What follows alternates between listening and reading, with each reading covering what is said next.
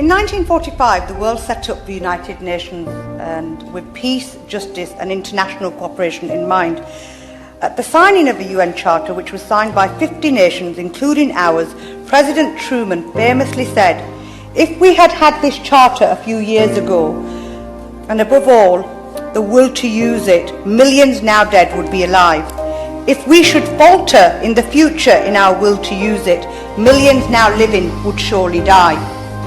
Well, Chair, members across this House, and to those that will listen to my words after this debate, the Charter lives on today, but tragically, for the people of Kashmir, the will to use it doesn't. United Nations Security Council Resolution 47, providing the right of a plebiscite for the people of Kashmir, has existed since 1948. The will to implement still doesn't. 74 years on, the trajectory for the people of Kashmir is leading to a future far from a right of self-determination and closer to one of non-existence. But put history to one side for a second.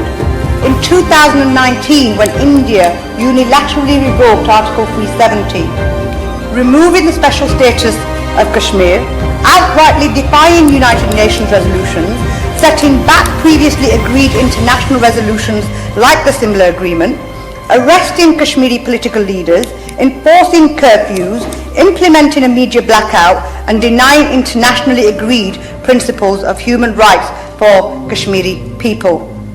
I ask this House, I ask our government, apart from the words of condemnation, what else did the people of Kashmir get? Since the start of 2010 to 2019 siege, the Kashmiri people have been shut off from the entire world, occupied by over 600,000 Indian soldiers in the largest military occupation in the world. Kashmiri women are targeted for rape, 250 Kashmiris killed, 1,500 injured, 657 houses destroyed, 4,815 cordon and search operations during the past 1 year alone. Political leaders under house arrest and being put through kangaroo courts.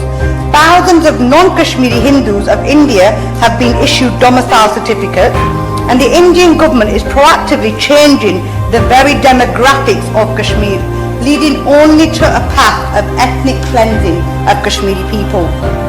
Minister, without the UN rapporteurs allowed into the region and every report out of the region being censored, how can anyone give this House any assurance that a genocide in Kashmir isn't actually taking place? From 2015 to last year, Britain has sold more than $500 million of arms to India, arms that will contribute to the blood of the Kashmiri people. Without the reassurances from the UN, we can't be sure we are not contributing to a genocide. And as a proud daughter of Kashmir, I simply ask the Minister, the Prime Minister has now cancelled his visit to India. Will he follow on and cancel the shipment of arms to India? We don't need international leaders and governments protesting with words. We have activists on the streets for that.